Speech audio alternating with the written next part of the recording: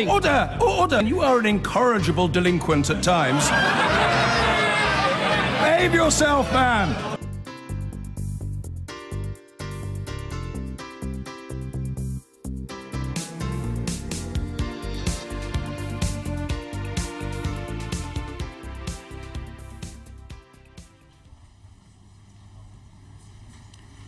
Order, order. Please, welcome and thank you for coming along today. Please will you give us your name and position in your organisation for the record of our proceedings. John Holland-Kay, I'm the Chief Executive of Heathrow Airport. Willie Walsh, Chief Executive, International Airlines Group. Sophie Deckers, UK Director for EasyJet. Tim Hawkins, Corporate Affairs Director for the Manchester Airports Group. Thank you. I think we'd like to begin by asking about the sort of immediate implications of Brexit negotiations and the government's progress for the aviation industry. So a question to all of you, but perhaps starting with John. The Secretary of State was very confident that even without a transitional deal for aviation, the day after we've left the European Union, the world will look very similar to the day before. So we wondered, do you think that's an accurate portrayal of how things might unfold for passengers, airlines and airports come the 1st of April 2019 without a transitional deal? Well, first thing to say is that we are encouraged by the fact that the government is talking about an implementation period now, and so an implementation period or transitional period now seems the most likely outcome. If we don't have one of those, how will the world look? Well, I share the Secretary of State's confidence that there will be arrangements put in place to make that happen. And the reason for that confidence is partly the actions that I've seen government taking, such as the negotiations that are happening behind the scenes with the United States and other markets to make sure that we have arrangements in place with them. But also, I think that from an EU point of view, it is just as much in their interest to have continuity after Brexit as it is for us, both because of the importance for them for trade by air, given the trade deficit between the EU and ourselves, but also for important areas such as tourism. For places like Spain, it's inconceivable that they would want to have any discontinuity. And of course, if you look in an extreme position where there might be no flights for a period of time, that starts to put at risk the huge value that sits with slots at Heathrow for some of the big European airlines. Lufthansa probably has nearly $1 billion worth of value attributed to the slots at Heathrow. That is not something they're going to give up lightly. So I think there will be pressure internally within the EU to make sure that a sensible, pragmatic deal is put together in the event that there is not an implementation period.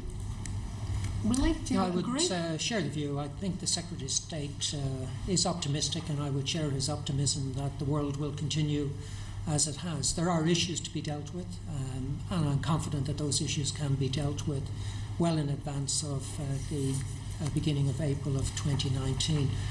I think there are some areas where I would be concerned, but that principally relates to whether the UK will continue to participate in EASA, which I think is critical.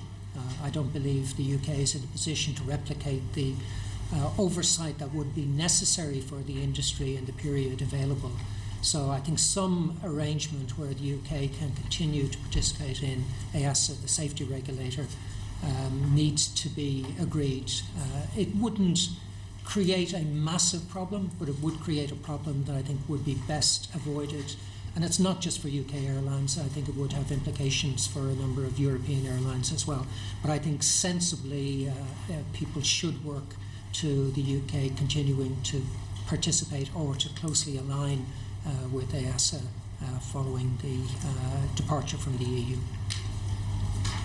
And I would share a very similar view as well on behalf of EasyJet. So we're very confident there will be a new agreement, and again that's for a number of different reasons.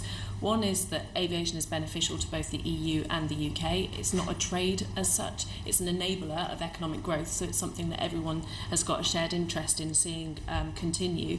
We also understand that other European airlines such as Air France, KLM and Lufthansa are also supportive of there being a UK-EU agreement, so it's not a one-sided view from the UK. We've been working really closely with the DfT, the Department for Exiting the EU and Number 10, and they all share the view that aviation is one of the priorities once we get into the second phase of negotiations, and is one that should be progressed with speed. And also we've been working very closely with our European counterparts, the member states there, and the EU institutions, and they also share that it's very clear that there needs to be an aviation agreement made. And just to add again to Willie's point in terms of EASA, we would share the similar view that we should continue to be part of EASA and to follow the EASA guidelines as well, because that's in benefit of UK airlines but also the European airlines too. Tim, is there anything you wanted to add? Not a great deal, I don't think. I think it's clear that we do need a new aviation agreement, and we're encouraged by the fact that that's become a reasonably high-profile issue. The issues are, I think, well understood on both sides, and also encouraged by the fact that this isn't a particularly difficult technical exercise in terms of precedent and example. There are lots of examples and precedents and templates to draw on in terms of the kind of agreement that we're seeking with the EU. And I think no deal in terms of a transition shouldn't be thought of as synonymous as sort of no deal for aviation, and actually we think there are routes through where there aren't transition agreements more generally for an agreement to be reached on aviation, and separating out the terms of trade and wider trade from the right to travel is an important principle. Everyone seems very confident that a deal will be done, but I guess I'm interested in what things would look like if there isn't a deal, because we've been told that that is theoretically possible. So what would the economic costs of no deal be for passengers, the aviation sector, and indeed the whole UK economy? Who wants to kick off? But to be honest with you, I think it's a very hypothetical question, because I'm pretty confident that there will be an arrangement in place. It's the definition of what arrangement is in place, and it will impact on some airlines potentially more than others. But the prospect of there being no flying between the UK and Europe, I don't agree with at all, because it goes well beyond that. I think this would bring the whole of Europe to a standstill. It's not just about isolating the UK, because some of the issues that are being speculated around are not just unique to UK airlines. They actually impact on all European airlines, principally in relation to ownership and control. But I would go further and say, the concept of EU ownership is not something that's accepted worldwide.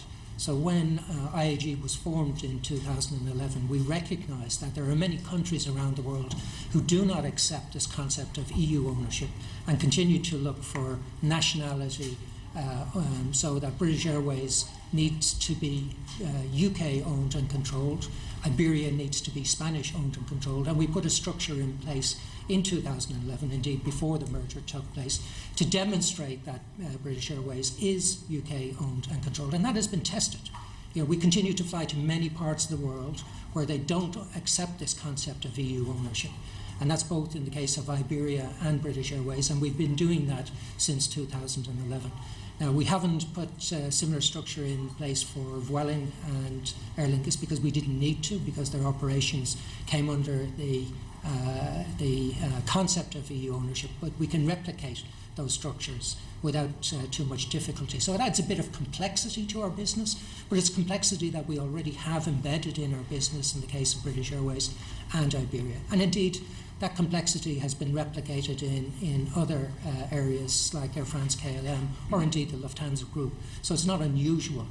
I think you've seen EasyJet, and I'll allow EasyJet to speak for themselves, but they've gone and secured a European AOC, in effect replicating a structure similar to what we have in place in IAG.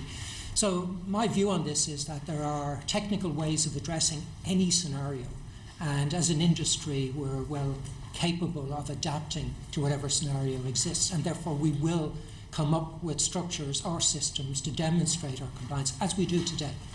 So while it might add some complexity, I think that's as far as it goes from our point of view.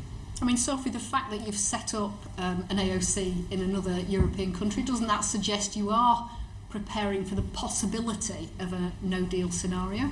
So that the reason we set up the European AOC, so we now have an Austrian base for our European airline. We currently today already have 100 aircraft based in Europe, and we employ 4,000 crew and pilots in Europe already, and they're based on local contracts, so the French are on French contracts and so on. And that was already the structure. So what we put in place with the European AOC is protection of that part of the business to make sure that there's no disruption to that part of the business. So 50% of our passengers already originate from the EU27, and 30% of our flights already don't touch the UK. So Paris-Milan, for example, is one of our thickest routes, and that doesn't touch the UK. So what we wanted to do that was within our control was to set up the EU AOC to protect that part of European flying, the intra-European flying, that wouldn't be certain on the back of a deal. Now, I think they're almost two separate things. So the UK-EU deal is something we still need to have in place, and we're confident it will be in place because, as I mentioned earlier, it's in both sides' interest.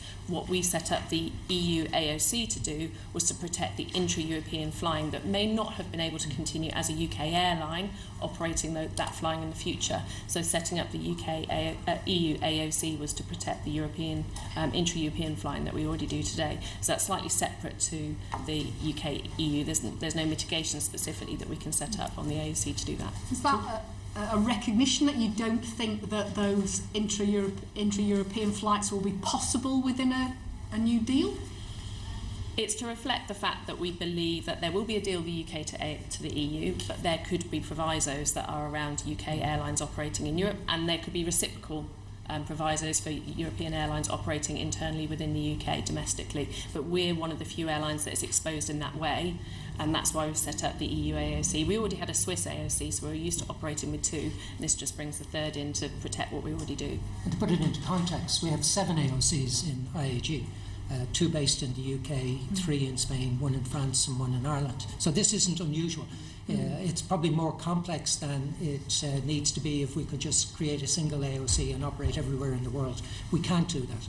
So already we have these structures in place, and as Sophie pointed out, EasyJet have had a Swiss AOC for some time. Indeed, Ryanair used to have a UK AOC many years ago. They had a UK and an Irish AOC. They now operate under a single AOC. But there are many airline groups that operate their airlines with multiple AOCs. And although we have only 7 AOCs today, we're actually creating an 8th because we've created a new airline in Spain that will, in due course, get its own AOC as well. So this is complexity, but it's manageable complexity, and it's complexity that we've dealt with for many years. But you seem to be starting from a standpoint, though, all of you, that there will be a transitional deal, and you seem rather reluctant to tell me what no deal would look like. Does anybody want to volunteer to tell us what no deal would look like, unthinkable though it might be? I think no deal goes back to what Sophie said. No deal would create a potential issue where a European airline today can operate from the UK to other parts in Europe other than the country of its domicile. So EasyJet is a UK airline but can fly between 2 other European countries. Ryanair is a European airline today based in Ireland but can fly and does fly significant flights from the UK to other parts in Europe. If there's no deal, it may bring into question whether Ryanair can continue to operate between the UK and other European countries, but as EasyJet has done, a potential way around that is to establish a UK subsidiary with a UK AOC and comply with the traffic rights under UK and European regulation. So, as I said, these issues face the industry already today. I don't think they're complex. As Tim has said, we've had this history of bilateral agreements between countries for many, many years. So although aviation is not covered by WTO as a fallback position, there is precedent, and indeed we still operate today under a complex system of bilateral air service agreements between the UK and many other parts of the world outside of the EU, or to countries that don't recognise the concept of EU ownership and control. So I understand you saying that you'd find a way round it if that were the situation. Do you think it would have an impact on jobs in the aviation sector if you had to do that?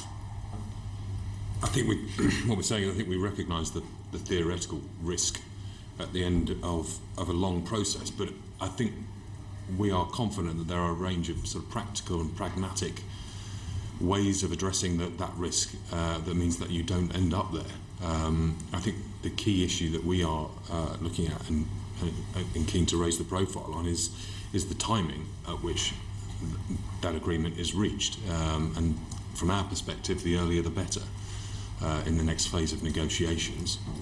The earlier the confidence can be created for passengers and for airlines, I think the better. I think you stay ahead of creating any uncertainty that affects decisions they might otherwise have made.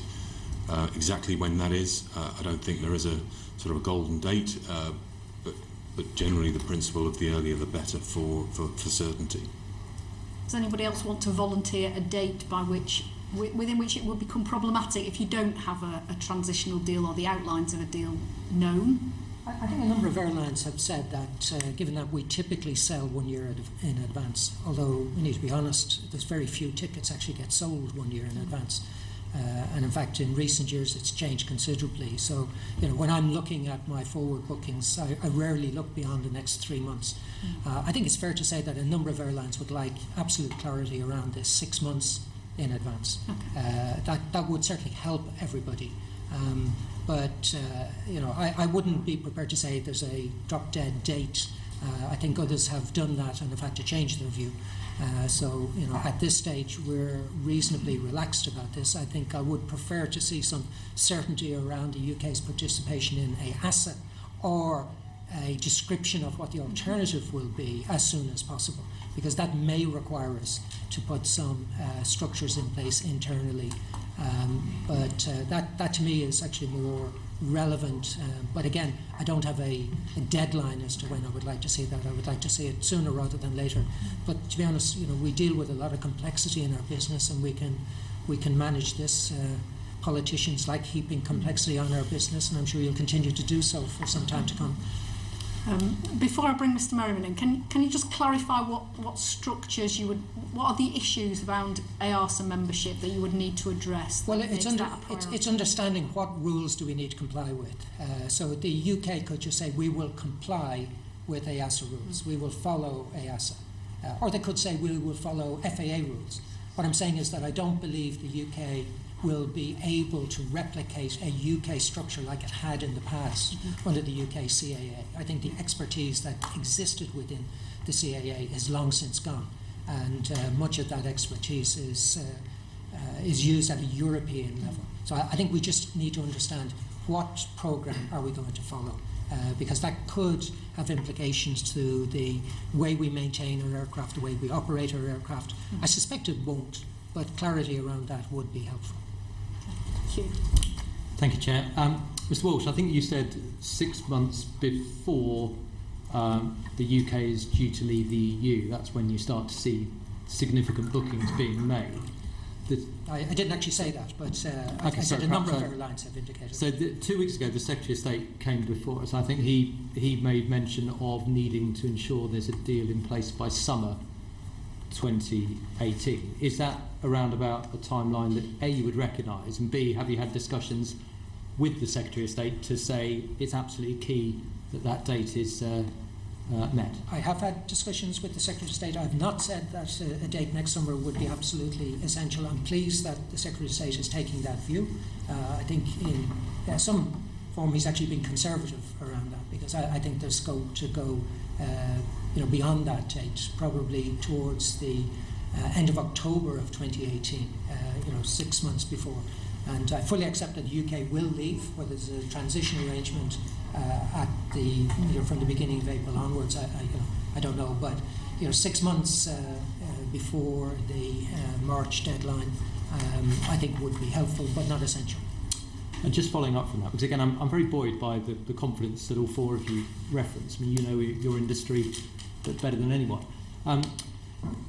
But surely it does come down to a timetable. Has the industry sort of agreed a skeleton timetable with the Secretary of State for when these... He says summer, you say September. And actually, the timing of this is absolutely crucial. And I wondered what discussions have taken place across the industry to make sure that that timetable is abided by. We have not participated, to the best of my knowledge, in an industry debate around this. We have expressed a view, or I have expressed a view on behalf of IAG. I'm pretty sure all of the other UK airlines, and I know many European airlines, have also expressed a view to the Secretary of State.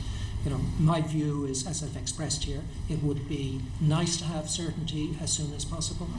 I don't believe it's essential to have that by summer of next year.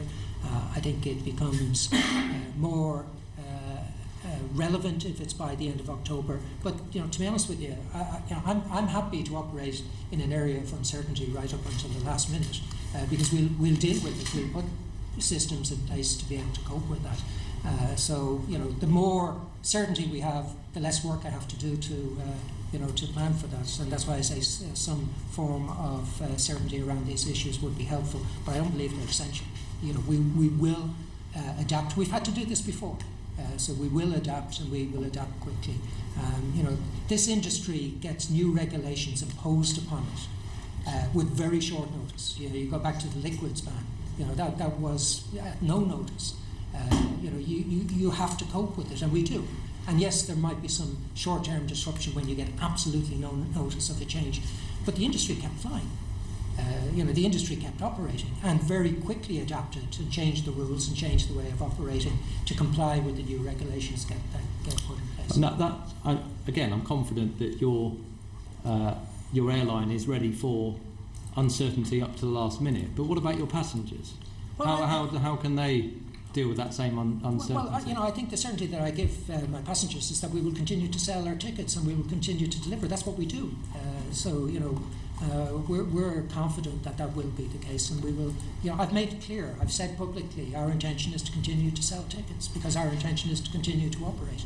I don't have some of the complexity of others because I don't operate. British Airways does not fly between other European countries. It flies from the UK to Europe and UK to the world, but it doesn't operate between two other European countries. So I've got less to worry about, if you like, or less complexity to deal with.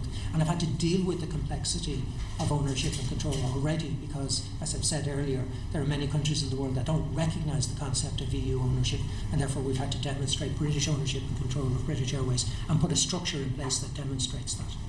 Thank you, Chair. Mr. Merriam was concerned on behalf of passengers. Would you be prepared to book a flight in April 2019 without a deal being in place? Yes, I would, and I'm sure we all will. And I don't think it's unusual in the airline industry for tickets to be sold on the basis that traffic rights that are under negotiation will be agreed in time. That's part of the flexibility of the airline industry, and Willie knows far more about this than I do. We have a strong interest in and a desire to continue growing through the period of the UK leaving the EU. We want to see new services, new capacity added at our airports, and we've got the spare capacity to do that. And those discussions with airlines about adding new services will take place in the period up to the point when capacity for summer 19 is allocated round about this time next year. So we want that confidence to be in place to underpin those conversations about new services, not just about a kind of stick and hold with the same services as we had the year before. We want new services to come to our airports. So that's why we're pushing and wanting to see that confidence and that clarity as early as possible. So when we're talking to airlines, they know they can operate those services and they come to the top of their wish list. And do you think passengers will have the confidence to buy tickets if there's no deal in place beyond, I don't know, the summer or the autumn?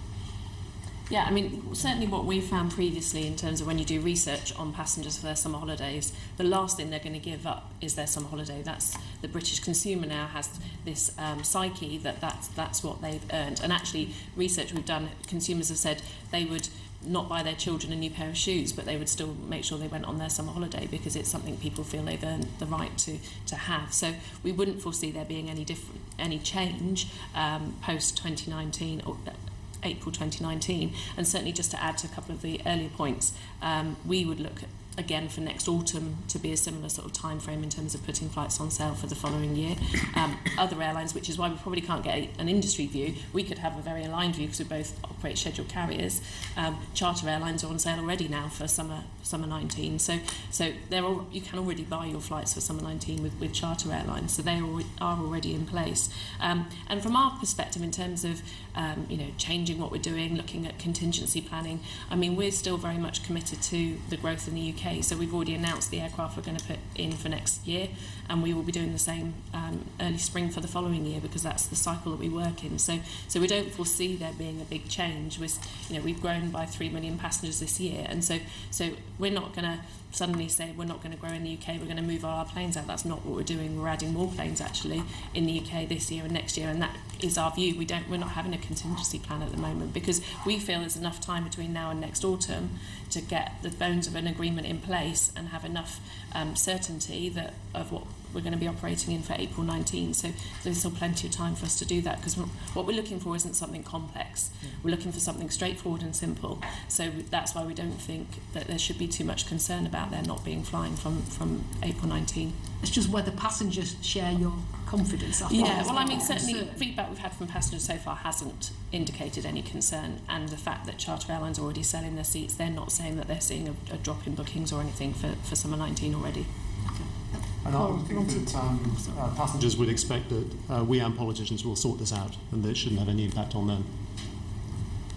Just to come back on, it's in relation to the confidence that we have within the community.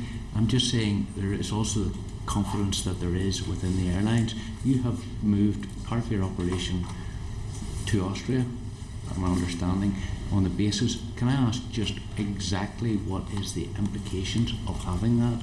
Yeah, absolutely. So we haven't actually moved anything, but we've set up a European AOC operating certificate to be able to certify the aircraft that already operate within Europe. So we've got... Is this a bit like what I would call brass plating, something which is another name for it in business? So no, what we have set up is a full operating airline. So it will have all the structures in place, all the people and procedures in place under the Austrian AOC regulations, and it will have a headquarters. The European headquarters will be in Vienna, in Austria, for that part of the airline. So that's the 101 aircraft we've already got in Europe. That's registering them to that airline rather than them being registered to the UK airline. So we're not moving anything as such, but we're just making sure that we've got the registration rights and the operating airline set up in Austria to be able to continue that intra-European flying. Appreciate that the point being, and I apologise for maybe wanting to labour on this, I often see that as moving part of a business offshore, for want of another way of putting it, out of the mothership, which has been based in the UK for so long, and now we are ending up moving and covering the base. You're covering your bases, and probably good business sense from that perspective, because you never know what Europe might do. I'm not saying what we might do, what Europe might want to enforce or put forward as their terms and conditions as to what way you operate within Europe, never mind other companies outside it. I'm just looking at other airlines that operate from within the United Kingdom, not only just as a base, and I'm thinking of Emirates, who are a fairly large player in the market. How do they operate within the United Kingdom without the European rules, and how does that happen? I'm just wondering. They don't need to comply with the EU rules, because they fly to the UK under an open skies agreement between the UK and the UAE, and will continue to do so. In the same way as British Airways will continue to fly to Dubai, will continue to fly to Doha, will continue to fly to Abu Dhabi. These are under separate bilateral agreements that sit outside of the EU. So the EU covers a number of jurisdictions, including within Europe, or the broader Europe. It would include Norway and Switzerland, for example. It covers the EU, US, and it covers Israel and maybe a couple of others.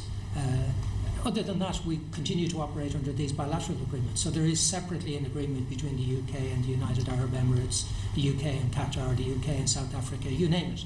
These exist and continue to operate, and will continue to operate, and are in no way affected by the UK decision to leave the EU at the end of March of 2019. Okay, that's okay, John. The one issue that does need to be put in place, because the UK Airlines, so it's an issue for British Airways, operates under the EU-US Open Skies Agreement, but I'm absolutely confident, there's a perfect alignment between the UK and the US in relation to open skies. The US negotiates from a position of what they call the Model Open Skies Agreement, which I know the UK could sign up to in a second. There's nothing to negotiate. That's the way we operate. There's perfect alignment in terms of interest, and I have no worries whatsoever that 1 second after the UK leaves the EU, there will be a UK-US Open Skies Agreement in place. And I think the Secretary of State has stated that himself. I would absolutely 100% agree with his assessment on that. Okay, thank you. But it is the case that the majority of transit is covered by EU arrangements, not by individual bilaterals. No, within Europe, most of it. Actually, I think we fly to 170 countries. There's probably 140 countries that are dealt with by a bilateral arrangement. But in terms of the share of flights, isn't the majority of it covered by EU deals? Well, our short-haul operation is principally within Europe, and therefore, if you look at it in terms of the number of flights, yes, it would be covered by the EU today. But we operate British Airways flies all around the world. So if we just take Heathrow as an example, which is the most international airport in the UK, about half of our passengers are coming from either the UK or other European countries, and there's about 5-7% of those are UK only. So for us, European passengers going backwards and forwards are a very significant proportion of our business. The US is about 17%. So these are very important for us, but a much bigger proportion for every other UK airport. But I go back to the earlier point that I'm confident that we will have arrangements in place before we leave the EU that will make sure that we can keep on flying. Daniel and then Ian. Very struck by your confidence there'll be a transitional arrangement. Two things. First of all, can you say what the transitional arrangement will actually look like? And also the process for deciding who has to agree it? Well, actually, I don't know if there needs to be a transitional arrangement. I think there can be a new arrangement put in place. I don't see the need for transition because I think the issues that would need to be negotiated are not that complex. As I said, we operate under a system of bilateral agreements.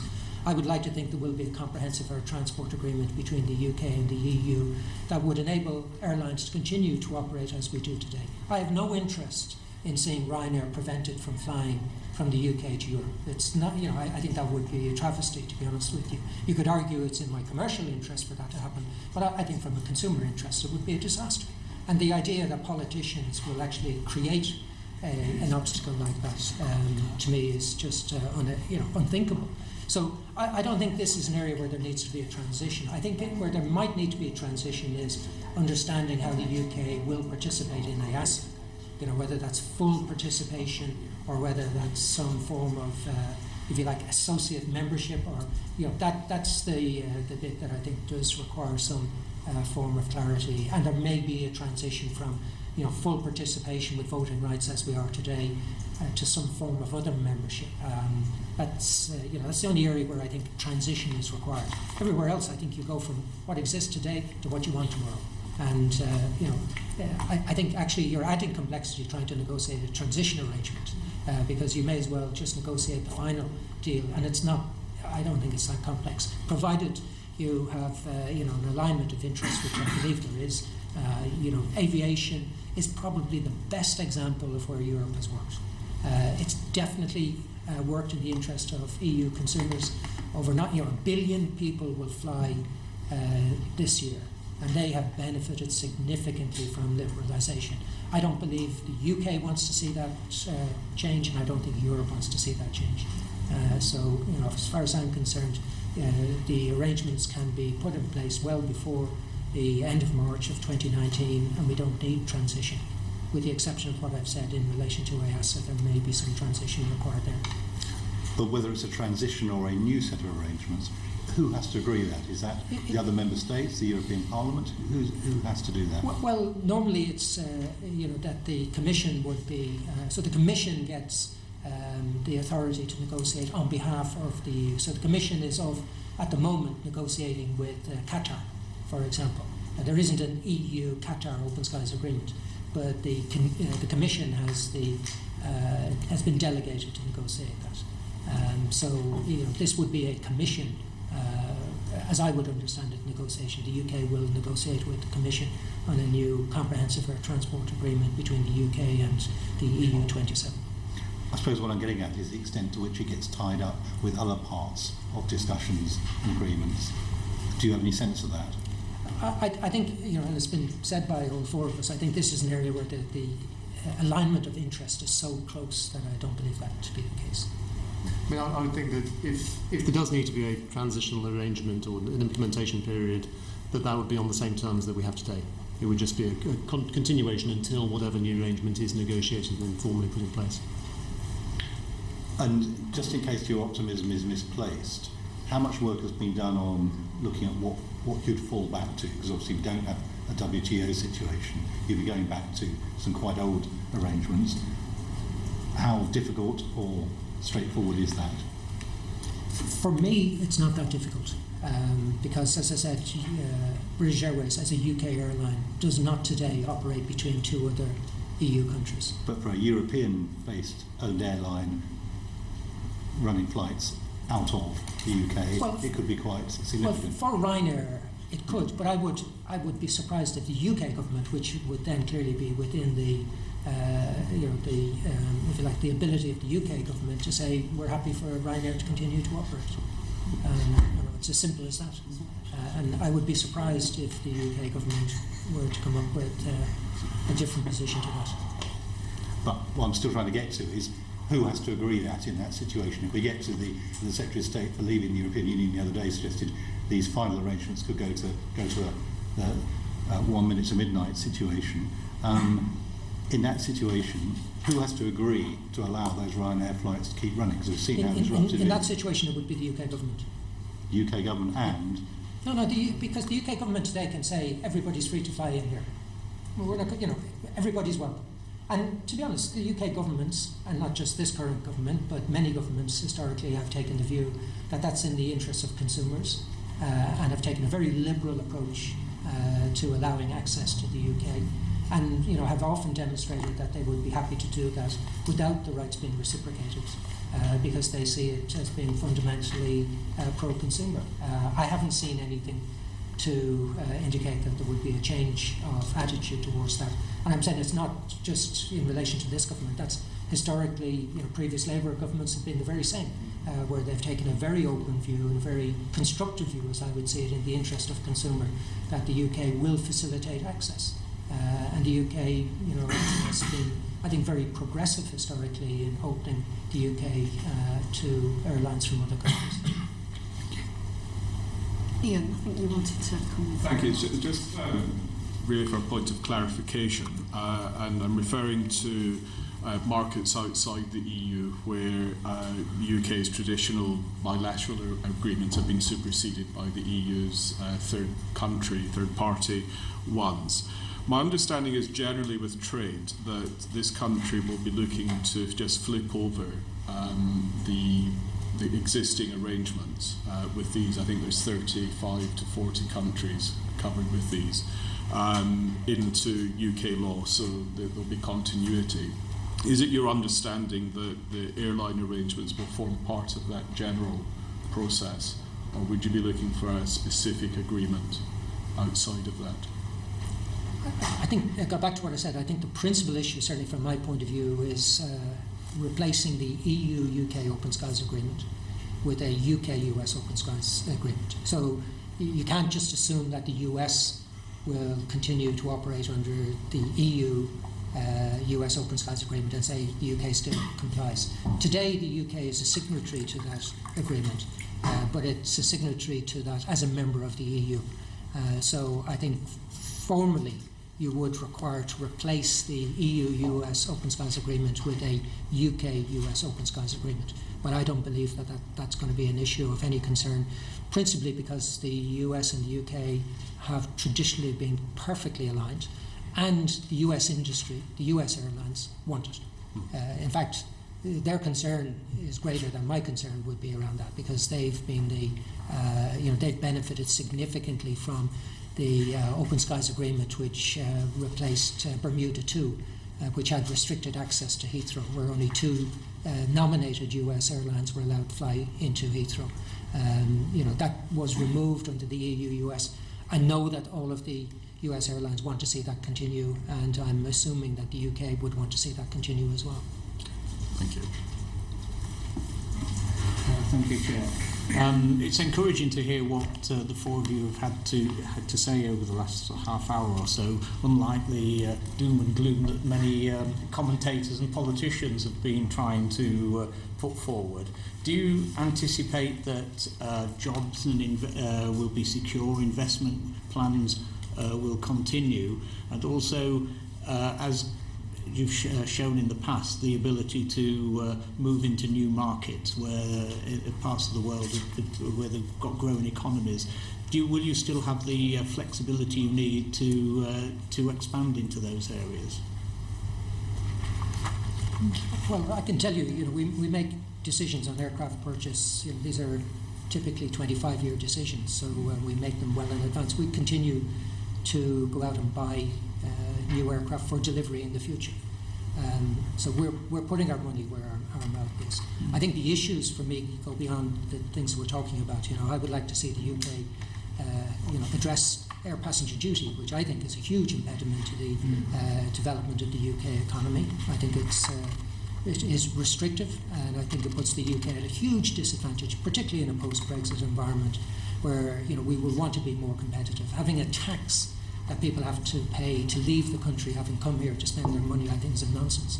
I think there are issues in relation to visa policy that the UK should address. I'm not saying that you should have open borders, but I think you do have to have visa policies that are fit for purpose, that will enable us to attract tourists from parts of the world where today it is difficult. So my concerns actually don't specifically relate to Brexit, and I will be honest. I voted to remain, and I don't mind saying that. But life has to go on, and life will go on. But the issues that the UK, I think, will need to address in the post-Brexit environment are issues like air passenger duty, visa policies, and I will say this: the exorbitant cost of expanding Heathrow to make sure that we get that done properly. Yeah, if I could just add, sorry. From EasyJet's perspective, the aircraft purchase timelines and cycle will continue. And actually, yes, APD is actually the biggest factor of where we base the aircraft rather than anything else. So in my role, I have to write a business case every time an aircraft comes into the fleet. So I want to say, I want to base it in Manchester, or I want to base it here. I will fly these routes, and this is how much money I think I'll make, and this is how many passengers I think we'll carry. But my business case is up against my European counterparts who are already based in Paris, in Switzerland, and so on. So there's 4 other country directors who do the same in Europe, and their business cases instantly look significantly stronger than mine because of APD. And actually, that's going to be the biggest factor as we continue to grow as an airline, is more things that we've got control of, that we could control as a UK economy ourselves already, in terms of growth and stifling growth. Yes, we're growing anyway, but how much more could we have grown if my business case hadn't had at least £13 a seat added on top of it? So I think that's more of a factor in terms of our projection of growth and where we're going to grow, rather than anything else. As I say, we've already added new aircraft for next year in the UK, and we anticipate to continue to do so post 2019. I was going to add that we announced a £1 billion transformation programme for Manchester Airport in July, on the back of, I think, our confident prospects for that airport and for the region and for the Northern Powerhouse as a whole.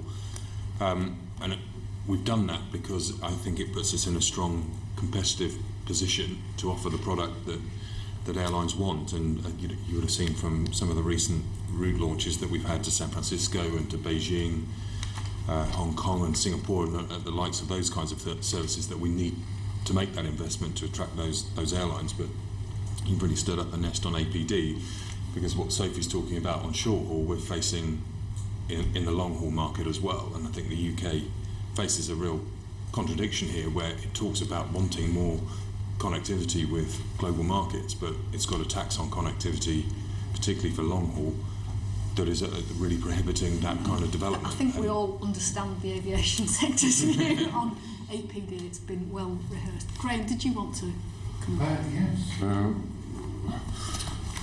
The Secretary of State was, when he came, was very positive about aeroplanes continuing to fly. I think he had a bit of a caveat about cabotage within the EU. Would that be your worry as well?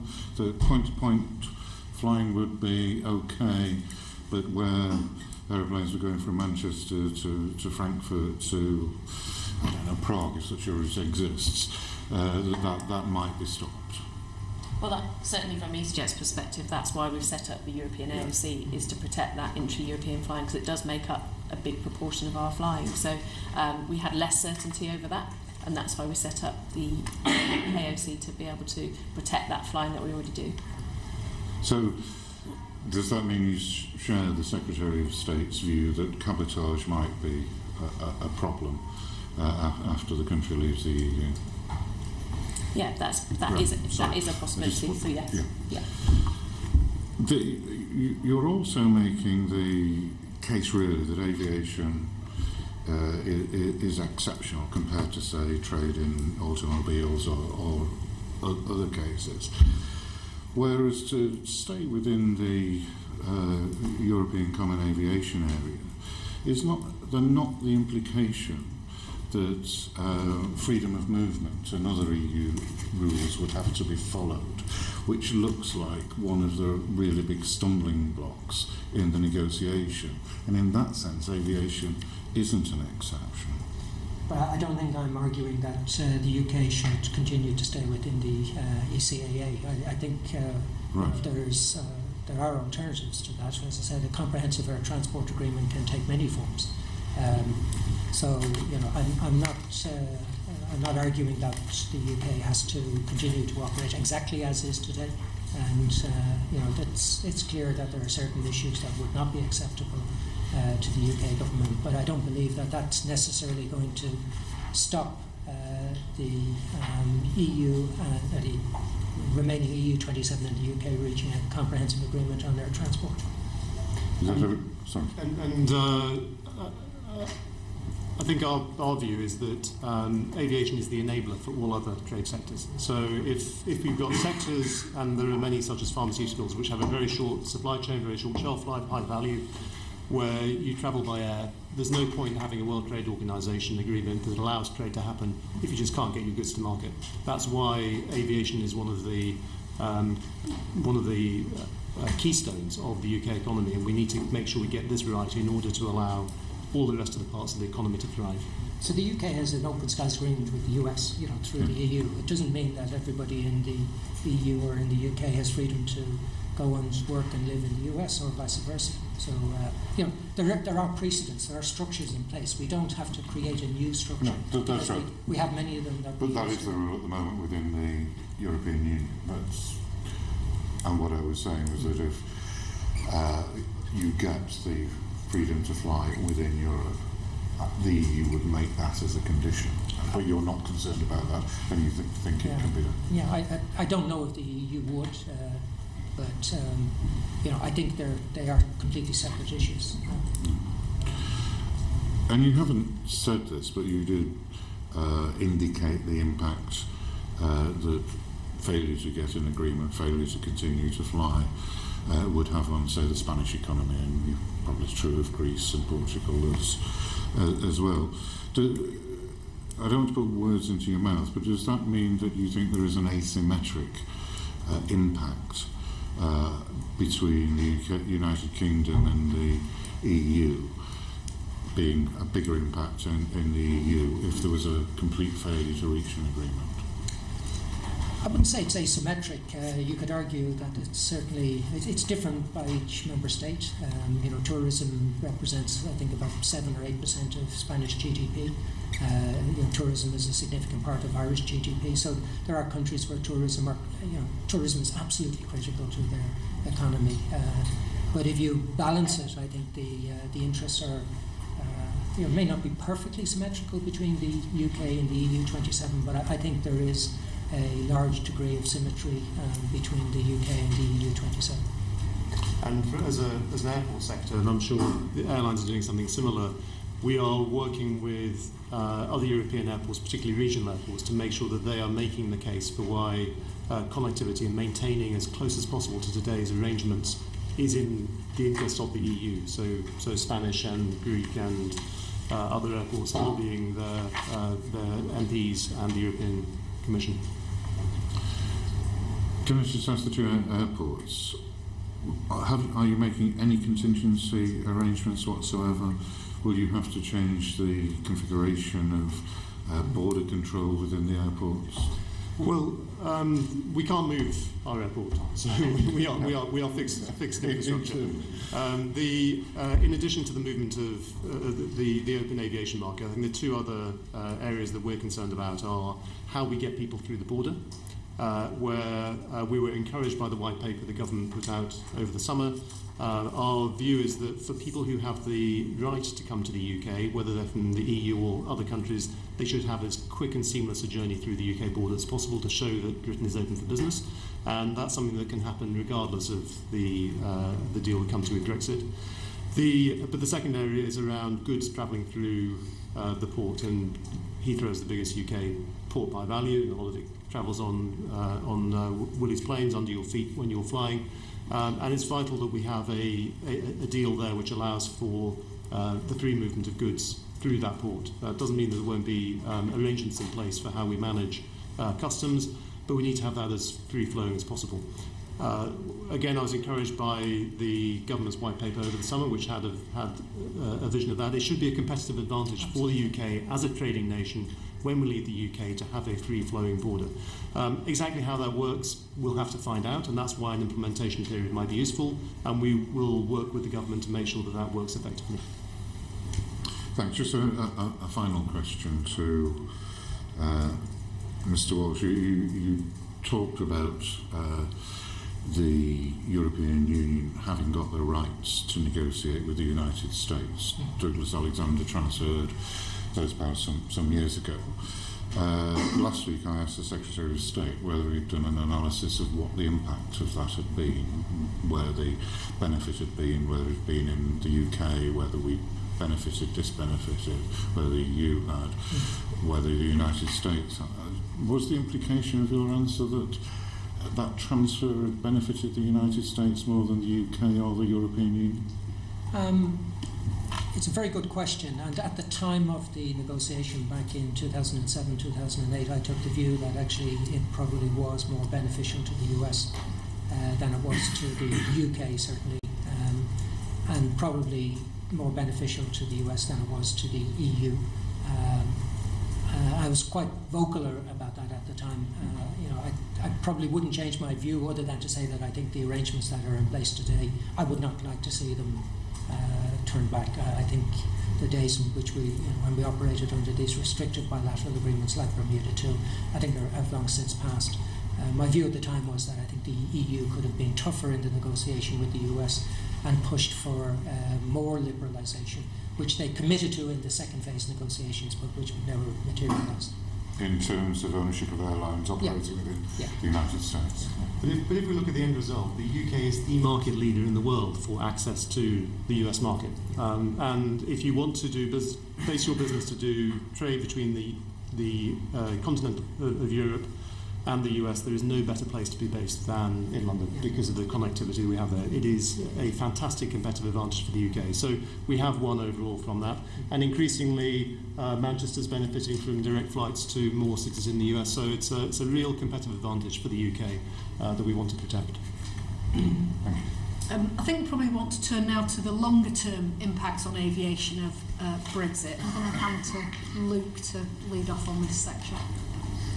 Yeah, sure. I'm quite keen to understand the implications for ownership of airlines of Brexit and what it means in terms of the UK being potentially out of the aviation deals that we've got at the moment. I think it's in particular for the airline members of the panel. When it comes to ownership, are you expecting to needing to make any changes to the ownership of entities within your business models, in particular to satisfy EU criteria that entities are majority EU owned? Yeah, certainly from EasyJet's perspective, it's not a significant issue because today we are 49% EU owned with shareholders already, so it wouldn't take much to get to 51% anyway. So if that was the case, then we don't have a big barrier to be able to get there, to be honest, from where we are today. As I've already pointed out, for British Airways, we already have to demonstrate British ownership and control. So that structure has been in place since 2011 because, as I said, we have to comply with these rules globally, and in many countries they don't recognise this concept of EU ownership and control. So we already have a structure in place that demonstrates UK ownership and control for British Airways, Spanish ownership and control for Iberia. We will put a similar structure in place with regard to Aer Lingus in Ireland if necessary. So, this is the complexity that I talked about, that absent these discussions or absent the decision to leave the EU, we wouldn't have to replicate that in the case of Aer Lingus. So there's a potential situation in EasyJet's case where you have to re-engineer the ownership with share buybacks and things like that to satisfy potential criteria. Potentially, but as I say, it's only 2% of the shares, so it's only a very small percentage to need to do that, because our major shareholder is European, so we are able to operate with very closely to that majority ownership already. So we're at 49, we only need to get to 51, so it wouldn't be a significant change if we needed to do that anyway. So we're not too concerned about that. But this is a big issue for European airlines. I think people think this is a UK issue. It's not, because you've got all this UK capital invested in European airlines that becomes foreign, after the UK leaves the EU. So I think people looking at this as if the UK has a problem are mistaken. This is an industry-wide issue that will become apparent, and that's why, again, I believe there's symmetry. There is an interest in addressing this in a sensible way, because the vast majority of capital invested in airlines is either from the US or the UK. So this is an issue that goes well beyond ownership and control for UK airlines. It goes to the issue of ownership and control for all airlines in Europe. Do you think the level of uncertainty, albeit with your confidence, has had an effect on your investors and their favourability to invest in the UK airline sector in particular? No, I don't believe it has.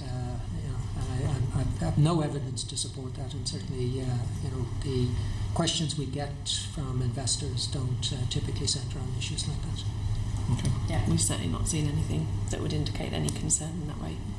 Great. And from an point of view, we're significant infrastructure investors. Our shareholders completely committed to their investment in the UK, and which is becoming a cheaper investment when we're looking at expansion with all the work that we're doing together with IAG and other airlines. Indeed. Sort of thinking about the wider economic impacts of the UK leaving the EU. Obviously, when the economy's going well, the aviation sector goes well, and vice versa. There are some forecasts that predict a sort of permanent downward shift in economic growth once the UK has left the EU. So do you think that the economy and the aviation sector can defy expectations post-Brexit, as they have done since the referendum? Perhaps, Tim, if I can come to you first. We've seen the predictions of economic growth slowing dramatically post the referendum. They didn't happen. We've seen very strong growth over the last 5 years, and that's sustained itself over the last couple of years since the referendum. And I think we maintain our confidence in our airports and in our catchments and the economic growth within them. As I say, we have invested in Manchester. We are on the verge of investing in Stansted. And we have a market which is capacity constrained. We've got growing demand. So we're still very confident about the prospects of seeing growth at our airports. Yeah, I think from EasyJet's perspective, I think we're fortunate in terms of our positioning of the airline as being a value airline. Is actually in what we saw in 2008 and 2009 is actually in times of downturn, actually people turn to more value airlines anyway. So actually we certainly haven't seen any significant change. As I say, we've added, since the referendum, we've carried additional 3.4 million passengers from the UK. So we've added more seats, and next year we're adding more aircraft into the UK as well, into UK regions as well as to London. So we certainly, I think, with our business model, we don't see that downturn. If anything, we see business travellers switching to EasyJet when times are tighter. And certainly we are projecting continued growth and year-on-year growth for the next 5 years. Mr. Walsh? Well, we're a fantastic value airline, and we've seen no evidence of any slowdown. The issue, traditionally the airline industry has a rule of thumb of airlines grow at a multiple of GDP. People could say it was 1.5 times GDP or twice GDP. I think those rule of thumb, don't really apply anymore for the very reason Sophie said. The model has changed. In an environment where the UK economy suffers, you might expect growth to slow down. It's inevitable. Have we seen any change since the referendum? We saw a change in the lead up to the referendum at British Airways, where there was definite evidence of a slowdown in UK corporate activity as they tried to assess what the uncertainty meant. That's recovered. Uncertainty in business does tend to lead to some decisions that get postponed, but they don't get cancelled normally. People want to understand what does this mean, and as soon as they get their heads around it, life goes on. I think a downturn in GDP would have some effect. The bigger impact on us actually was the devaluation of the pound, because we're the airline industry is principally a dollar cost industry, and with the pound devaluing against the dollar, that meant that our costs increased in pound or euro terms. And for us, IAG, we report our profitability in euro. So the devaluation of the pound against the euro meant we had a translation impact. So in 2016, the combination of the translation and the transaction impact of currency was a negative 460 million euros. That's a one-off hit, unless the pound keeps devaluing. But you get these fluctuations in currency. The major devaluation, which happened immediately after the referendum, hit us hard, but we're not seeing that this year. It's pretty much washed through this year. So there are issues that will impact on business, but as I've said before, and I think as Sophia said, we'll just get on with it. What would be the impact on all your businesses if the pound settled at a lower level than pre-Brexit? Is there any impact? I think as Willie says, we had a similar one-off hit because a lot of our costs are in euros because we fly into European airports, but we report in pounds, and our fuel costs are in dollars. So we have that double hit. But if the pound settles where it is now, we've taken that hit of 110 million it was for us. And actually, we did some consumer research to understand whether the lower pound versus the euro would actually deter people from travelling to Europe. And actually, what we found is it didn't make a difference to consumers, because actually, once you're abroad, the cost of things is generally quite cheap anyway, depending on where you're going. But it really hadn't registered. So we had a natural concern as an airline, and that's why we did quite a detailed piece of research with consumers to understand whether they're going to change their behaviour, were they going to switch to a staycation, were we going to see a big drop in demand. But actually, I think there's a recognition that the British weather's never going to be that great, unfortunately, and it can be much more guaranteed if you fly. So it was interesting, and it surprised me how actually, I guess, apathetic the British consumer was to the pound euro exchange rate change, and didn't have an impact in terms of their behaviour and their likelihood to travel abroad for their holidays. What about from an airport's perspective? Has it impacted the change in the currency level? Impacted your business? We've seen pros and cons, and I think reflecting what Sophie said, we've seen more people from international markets come to the UK. People have continued to go on holiday. They may have gone through a slightly shorter period or downgraded the hotel that they're staying in, but they've still been protecting their summer holiday. And we've seen a big growth in cargo as exporters have taken advantage of the change in exchange rates to be more competitive globally. So from an economic point of view, we can overall we can see more benefits than downsides so far. Hugh and then Paul. Thank you, Chair. I hope I'm not putting words into your mouth, but you seem to take the view that you're confident in your industry, you're confident it will grow post-Brexit, and you put the proviso, and or at least one of the witnesses did, that provided that industry and politicians find a solution, then things will continue to be as they are. On the basis that you seem to have accepted the people's verdict and moved on, how confident are you that this place, being Parliament, is actually going to give you that stability that you no doubt need in order to allow your business to go forward through Brexit? And I think in particular, with respect to the EU withdrawal bill. I think there are now 131 pages of amendments. Is there a concern that the law, day one after leaving the EU, will not be as stable in place as you would need it to be? Mr. Walsh, maybe. No doubt you will make it more complex than it needs to be. Exactly. And but we deal with these issues. If I were making the decisions, I'd probably move a lot faster, but I'm not. And I appreciate that you go through the trouble of being elected and have to, answer to your constituents, and that's a difficult job. But I think at the end of the day, we'll get to where we need to get to. And if there's some, speed bumps along the way, we'll deal with them. And to pick up the earlier point, normal people expect us to sort this out, and they expect to go on their summer holidays in 2019, and the very fact that they expect you to sort that out means that you will sort it out. But again, perhaps I'll just probe you a little there. As you say, normal people expect you to sort it out, and they would also expect us MPs to sort it out at the moment. But the mood music at the moment is not looking too positive as far as the EU withdrawal bill is concerned. I mean, have you made representations through to government that without this certainty, therefore, can the House of Parliament get their act together in the same way that industry is, or are you just working on the basis that we'll get there eventually? No, I've not made representations, and I'm not going to be honest with you. I think, as politicians, I think you understand the issues that need to be addressed. I don't think I could add any value to that, to be honest with you. I think, perhaps the only other thing to add is that the DfT has a single focus on aviation, unlike other government departments that have multiple focuses to be able to resolve through EU. The DfT have reassured us that this is their single focus, so at least we know that we are their priority, and they won't be distracted by trying to juggle multiple agreements at the same time. And I think aviation and air travel is not part of the WTO framework, probably for this very reason, that the right to travel shouldn't be confused with the terms of trade.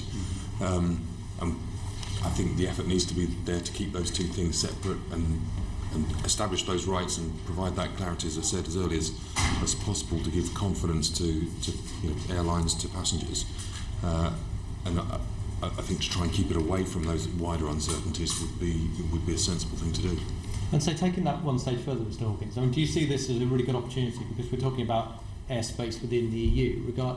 Reality is you operate in global skies. So could this be the opportunity to really sort of look more at a sort of global regulatory framework? I mean, Mr. Walsh, I think you mentioned you have 140 destinations that are outside of any form of agreement out of 170, I think. So could this be the catalyst for something more positive on a global basis, or is that too ambitious at this stage? I think it's too ambitious at this stage. I'd like to think it could be, but I think that's too ambitious. I think let's keep it focused on what we need to do, and not make it any more complex than it needs to be. Thank you, Chair. I'm encouraged positivity when I'm hearing from the industry in relation to what opportunities are there in the way forward. And I'm just going to maybe be pointed in the way about this. The OECD have been wrong on so many points up to now, and some predictions. As an industry, what do you think getting back our fiscal controls and our opportunity to do away with, maybe deal with our APD to make us competitive? And I'm looking at it very parochial, because I represent Northern Ireland. We're competing with an airport 100 miles down the road which has no air passenger duty, because and therefore people just will use that road. I'm saying, when we have controls without the state aid rules that are imposed upon us by Europe, is the opportunity there for us to actually open up to additional markets and make ourselves more competitive on a world stage? Well, I think on APD there's a lot that can be done today, but it's not being done. So I suspect it will in time be easier. But the UK government could address APD in the morning if it wanted to. I don't think there's any reason for the UK not to abolish APD. It's not a European issue. I accept what you say. Well, it was brought in as a carbon tax at one stage. Yeah, which I think everybody has acknowledged that it isn't a carbon tax. And, it was brought in to suppress air travel in an environment where the UK wants to be more competitive and will need to be more competitive and will need to trade with the rest of the world. Having a tax that is designed to suppress that, I think, to me, is contradictory. So, if we want to, Sophie's right to put it in the context of EasyJet's £13, but you want to fly anywhere else in the world, these nations that we want to trade with, you're talking £75 plus. These are not insignificant figures, given exactly as you say. People will get in their car and drive from Belfast to fly out of Dublin to save £13. Adding to carbon, because they're not certainly reducing it by doing that. And we need to get clear in terms of what the objective is. But I think while we're looking for opportunities that might come out of Brexit, the most clear one is that we get on and do things that we know we needed to do for a long time, but we've been putting off. APD is a good example, sorting out the border controls so that people who have the right to be here can get through quickly and easily, getting on with Heathrow expansion. These are all enablers that we've talked about for a long time now. Let's just get on and make them happen. Thank you. I think we'd like to move on to talking about how and what we negotiate in terms of this long-term agreement with Europe. And I think, Ian, you're going to... Thank you, yes. Looking at the ideal future agreement, you've all expressed refreshing optimism that we will get an agreement. Mr. Walsh, you said that continuing UK participation in the ECAA is only one option. There are other options, the Swiss model, for example. What would be your ideal framework? Is it just status quo, or would you like us to use this opportunity to have a different agreement with the EU? Well, I think if there was a more liberal agreement, it would be nice, but I don't think that needs to be the objective. I think securing what exists today, which has been hugely beneficial to consumers, is what the focus should be. The form of that, I'm very relaxed about it. What I've talked about is a comprehensive air transport agreement, a comprehensive, if you like, bilateral agreement between the UK and the EU 27. It doesn't have to be exactly what we have today.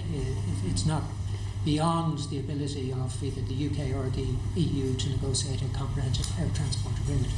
The EU has demonstrated that it can do that because it's out there doing that today, and the UK has a long history of being able to do that from an air transport, and continues to look to modernise the bilaterals, always with a view to making them less restrictive and more liberal. That's exactly what the policy has been, as far as I'm aware, for many years, and continues to be the policy today. And I would like to see that continues. Yeah, we would absolutely support that. We would want a very liberal aviation agreement between the EU and the UK to continue, that all airlines can fly without restriction going forward. And certainly, the EU, as I mentioned earlier, the EU and the UK are very used to negotiating bilaterals, so it shouldn't be a big stepping stone. And what we're looking for is this continuation of the liberalised aviation market. And from the airports, you concur with that? We would agree with that. So my takeaway from that is it doesn't have to be continuing membership of the ECA, it could be something else. Looking at the issue from the EU 27's perspective, what do you think they would like to achieve? I understand and agree with that it's in their economic interest to have continuing good relationships. But do you think they'll be arguing for continued UK membership of ECAA, or would they want to take this as an opportunity to negotiate something different? I think it depends. The Air France would love to see it to be as restrictive as possible because they hate competition, and they're against competition, and therefore I would argue against the consumer. I think most of the airlines in Europe would be pro-consumer and would want to have a liberal environment. And I think it goes beyond just access to the UK. It potentially brings into question some of the arrangements with the US, because the EU airlines, although there's an EU-US open skies agreement, actually transfer a lot of their customers through the UK. They want to be able to continue to do that. It's in their interest to do that. I think in most cases the interests are aligned. Certainly from my experience of talking to other airline CEOs around Europe, with a few exceptions, most of them would want to see what's in place today continue. And those that don't, I would argue, are trying to take a very narrow view to protect themselves against competition, and would love to go back to the days when flying was restricted to a small number of very wealthy people. That's not going to happen. It's not going to happen. And in terms of the lobbying that is happening, are you aware of your counterparts actually exerting pressure either on the Commission or individual member governments to make this happen? I appreciate I delve into Brexitology as to what's going on behind the scenes, but do you detect that there's that very strong movement from your counterparts? Certainly within the airport sector, there's a very clear and consistent message through ACI Europe, which is our which represents 500 airports across Europe, where we're completely aligned between the UK and the EU 27 in terms of the message, and particularly making sure, as I mentioned earlier, that regional European airports are having their voice heard on this, because they're some of the areas which have benefited most from access to markets. You wouldn't have expected that you can get from Girona to Glasgow or from Latvia to Newcastle. Well, those kind of routes happen now in a way that they would never have done before, and that is a benefit for all of us in this part of the world. Okay. Yeah. Thank you. I think what we are sort of picking up is the sense that the influencing that's going on, the EU 27 is getting to a point where the priorities from their side are reflecting out as in terms of an early discussion around aviation issues when we enter the next phase of negotiations, and that there is some sense that the aviation issues are separable from other issues. So if those are born out of those discussions, then I think then the member states are pushing those priorities and saying that they are equally important to them, rather than using it as a sort of competitive tool to get those issues sorted and then move on. Yeah, and just to add, there's a number of airline groups such as IAG who have airlines based in each of the European countries who will be lobbying their individual member states as appropriate, and TUI are another example that we're aware of that are also lobbying their relevant governments as well. And even Air France KLM, although they may not be open to the full agreement and the full liberalisation, they have certainly said they want a UK-EU agreement because they want to be able to access the flying across the channel. So even those that are a bit more resistant to full liberalisation have recognised this need to have this EU-UK agreement and will be lobbying their governments appropriately for those. Yeah, the Dutch have been probably the most liberal, or first to it. They were the first country to negotiate in open skies with the US. And for KLM, the UK is a huge market. It's probably one of the most important markets that they operate to. They won't want to see that in any way damaged. Great. Thank you very much.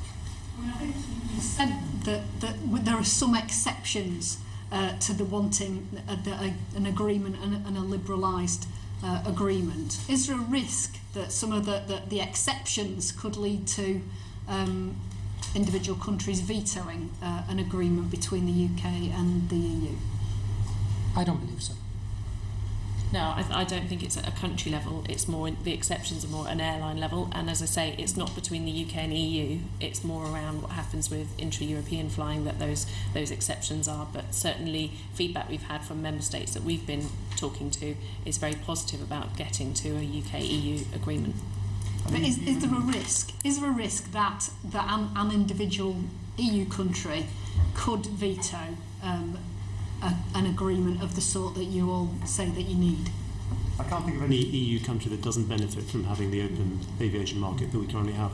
And even France, who we've talked about earlier, Air France KLM has just bought a very significant investment in Virgin, and they wouldn't be doing that unless they wanted to continue to have cross-border freedom of movement for flights between the EU and the UK and the US. I mean, clearly, one possible outcome is that there do have to be new bilateral agreements with individual countries. How much more difficult would it be for the UK to kind of negotiate an equivalent agreement if it was going down that path? I think it's more difficult because you're dealing with 27 rather than one, but not impossible. And I suspect with some countries it would be relatively easy. And some countries it may be more complex. But I would imagine that the UK would prioritise the countries that generate the greatest value, which is reciprocal. I think there's there is pretty good symmetry in this issue. So. And the biggest countries tend to be France, Germany, Spain, who are the big decision makers now in Europe. So, which makes it more unlikely that we would get to that kind of situation. I think it's likely that the Commission would seek the mandate from those member states to negotiate as a bloc rather than see all of those arrangements put in place separately. So it would simplify that process. But if we did have to go to that situation of negotiating bilaterally, what would be the implications for the airline operations, for example? I don't think there would be any significant implications. As was mentioned earlier, the UK are used to negotiating bilaterals anyway with other countries, with third countries. So it's not something they're not familiar with doing or not set up to do. Yes, if you've got 27 to do, that's a task, but it's certainly not something that's insurmountable, because we're not asking for anything different to what we have today. We're not asking to be excluded from EASA or the E261 compensation or anything like that. We're not asking for anything different to what's offered today. So would you be concerned about the timescales? Because you've already set out what you think would be desirable in terms of creating certainty. If there had to be 27 bilateral agreements, would that concern you? It would take longer, but I would agree fully with what Tim says. I think this is where the Commission, and it's been the history with the Commission, they want to get the mandate to negotiate. And the Commission has been successful. I would be very surprised if that isn't the case, because it goes against everything the Commission has been doing in terms of practice in recent years, going back to 2005, I think it was, when the Commission established that they had competency in this particular area. Okay. Just turning to the US-EU Open Skies Agreement, I know we've already touched on this, and you think it will be possible to negotiate an agreement with the US to ensure the current benefits are maintained. But what would be the implications for the aviation sector if the UK should fall back on Bermuda 2 bilateral agreement, which obviously was reached and I think the UK a long would time be ago? fundamentally stupid to do that, and I don't think anybody would want to do it. I don't think anybody wants to restrict access to Heathrow to 2 nominated US carriers. And that's the difference between Bermuda 2 and the Open Skies Agreement. In real terms, it allows the US carriers, any US carrier, if they can get slots at Heathrow, and they all have, to get full access to Heathrow. I'm sure Heathrow will be arguing that shouldn't change. I wouldn't argue it against. I'm not looking for it to change. I don't want to see an environment where we have these artificial restrictions in place. So I'm quite happy for the US carriers to continue to have full access to Heathrow. And I think this is an area where the UK and the US have always had perfect alignment in terms of what they want between, in terms of open skies. The US model Open Skies Agreement, the UK could sign up to that in a heartbeat. There's nothing in that will cause any concern for the UK. I'm not sure I always share your confidence that the UK government wouldn't do anything fundamentally stupid, but perhaps I'll leave that one there. Just looking though, the UK and Airlines UK put out a joint press statement suggesting that Brexit gave the UK greater freedom to seek new agreements between the UK and some third countries.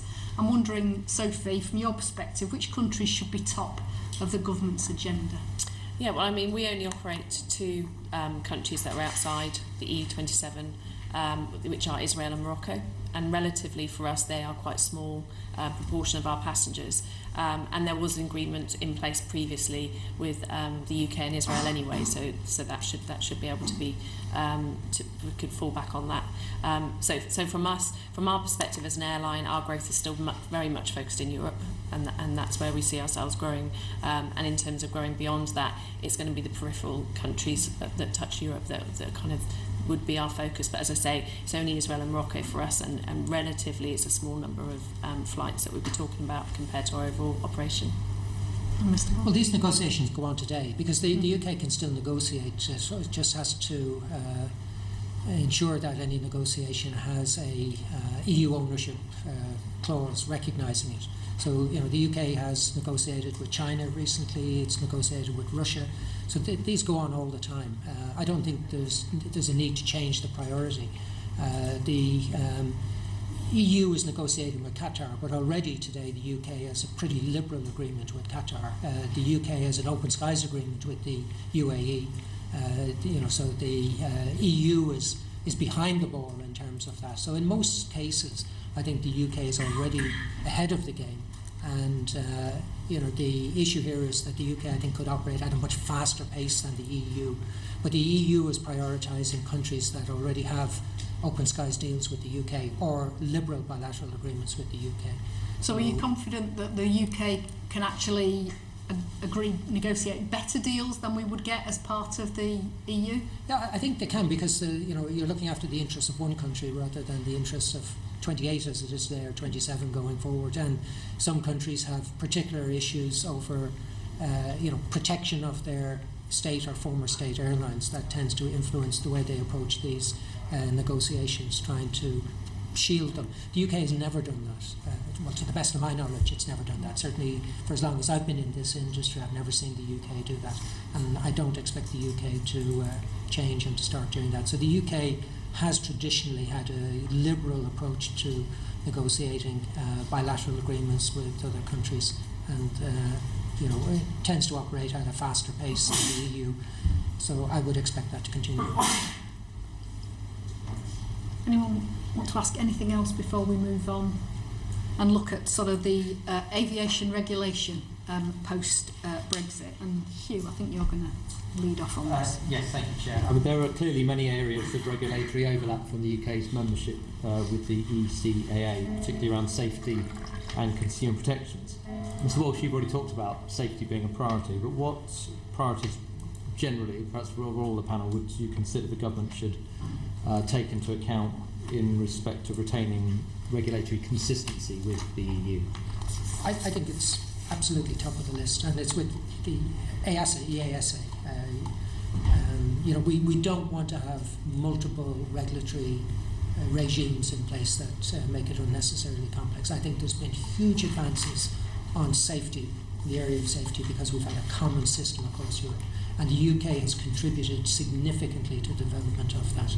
And there are many UK nationals working within EASA who will continue, I hope, to contribute significantly to that. I think it's in the interest of the industry globally that we continue to participate and have a common regulatory environment when it comes to aircraft design, aircraft certification, aircraft operation, and aircraft safety.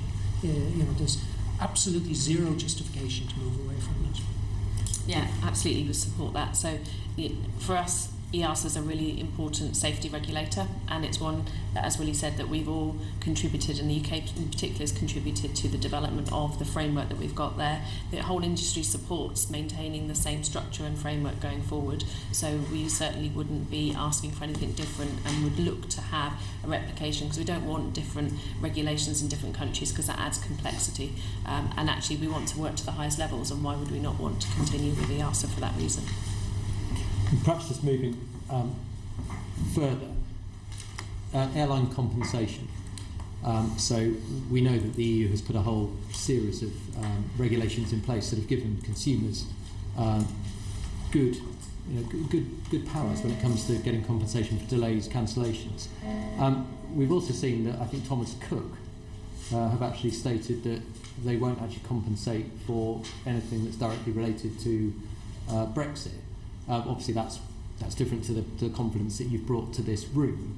How do you feel about the future for compensation? Do you believe that the compensation will remain as is? Can it actually be improved? And perhaps that's something I should ask the Heathrow and Manchester in terms of actually guarding your passengers.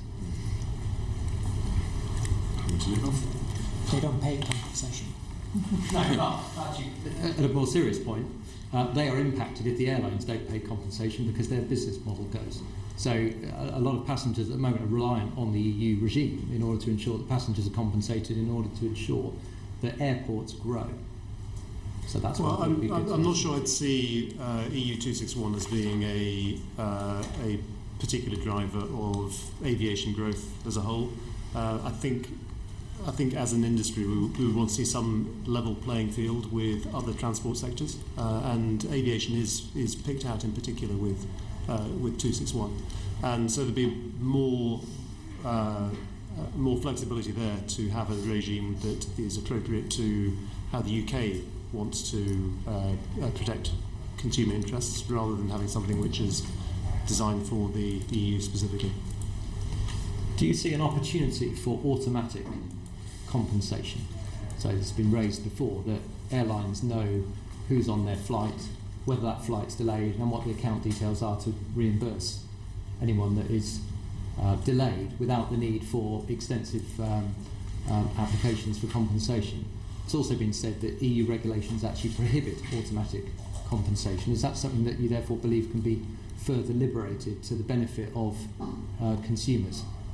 It's not something I've given any thought to. I think probably the airlines have had more focus on this. Yeah, the bottom line is somebody will pay for it, so fares will go up.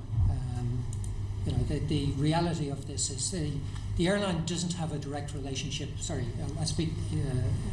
When we carry customers, not all of them have booked directly with us, and therefore we don't actually have a direct relationship with all of our customers, and we don't have all of the details of all of our customers. This is an issue that the airline industry has been highlighting, and many airlines have changed that model.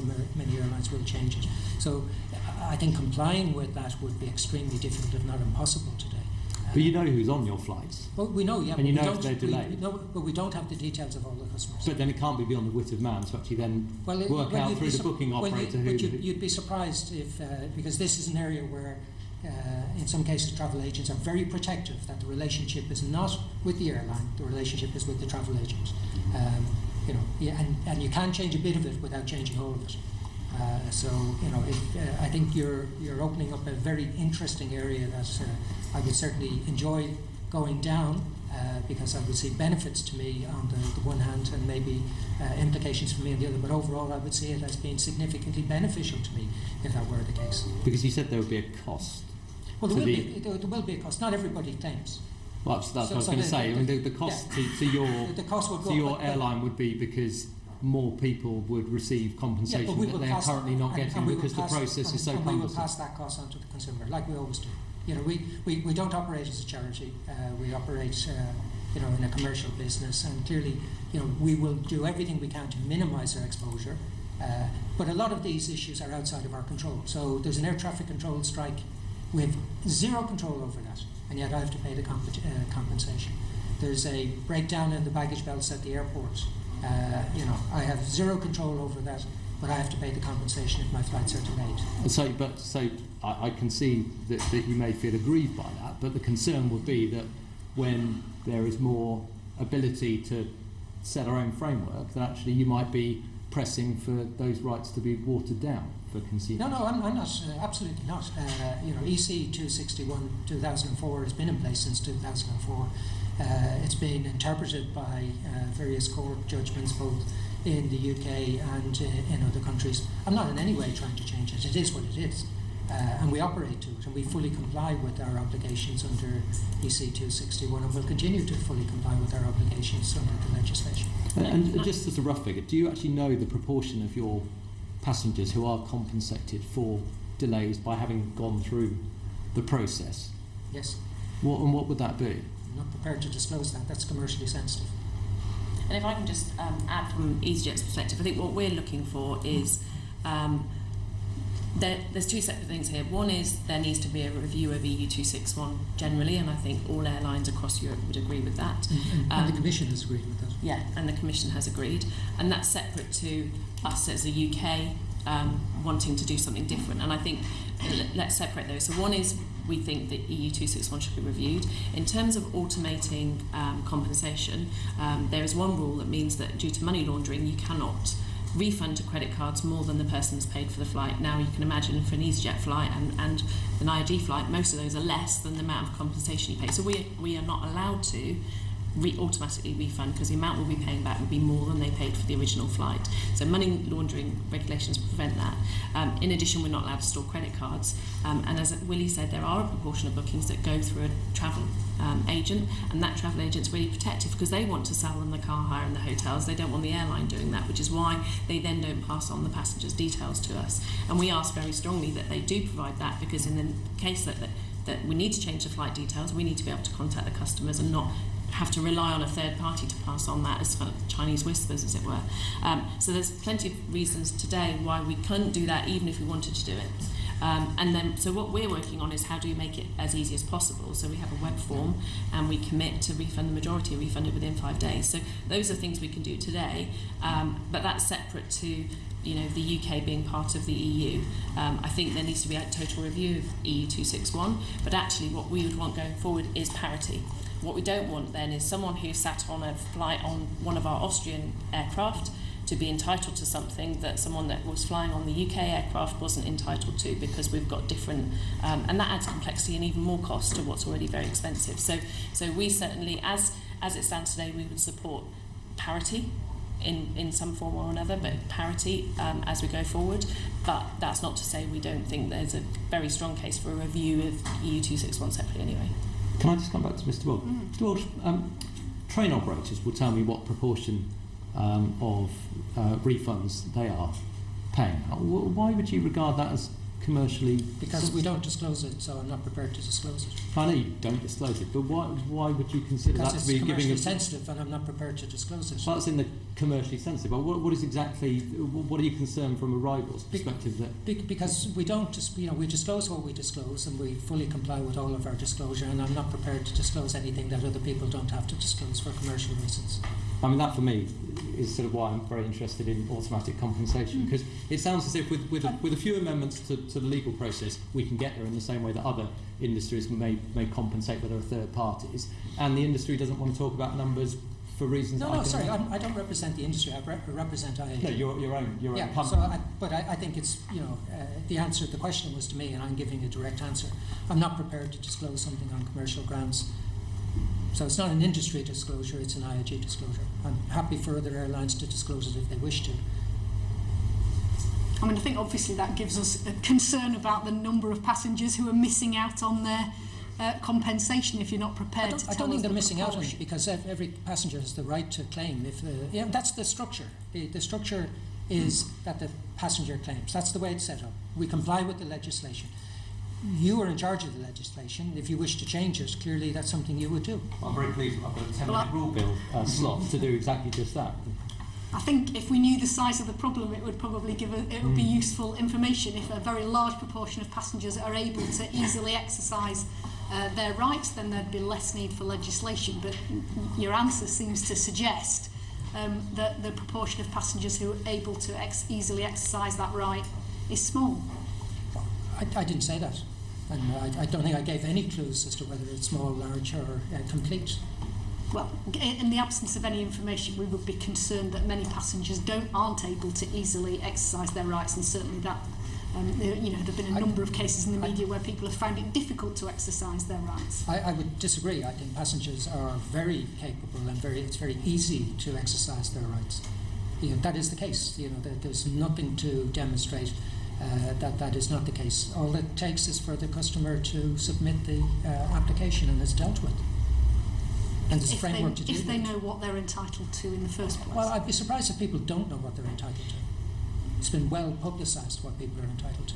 Well, just an example. It's been well publicised recently because people were being denied the rights to which, the compensation to which they were entitled.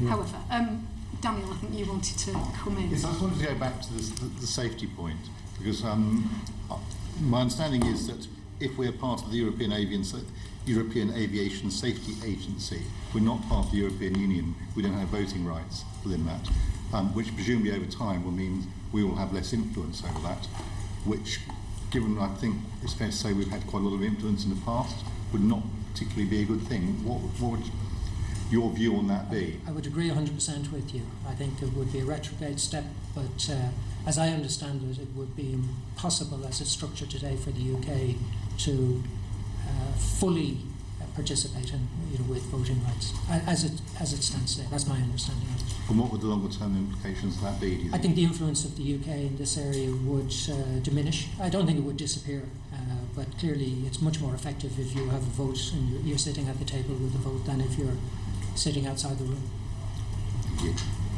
Just on the EASA regulations, when EASA was set up, the predecessor to this committee said it was dysfunctional.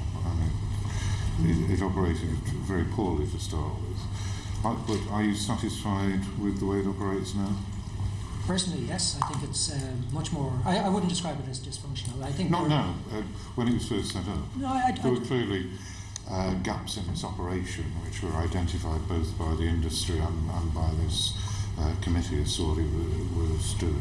I don't think that's unusual with the establishment of any new body, but I think it's certainly advanced the interest of safety in Europe, including the UK, from an aircraft operating, from a licensing, from a regulatory point of view. I think it's been a positive development, and it may have had issues like all new bodies when it was first established, but I think it's a very competent body today. Luke. I'll briefly return to 261. This was an area that I came across quite a lot when I was at ABTA, in terms of the regulations being reinterpreted by courts during the period since they were passed.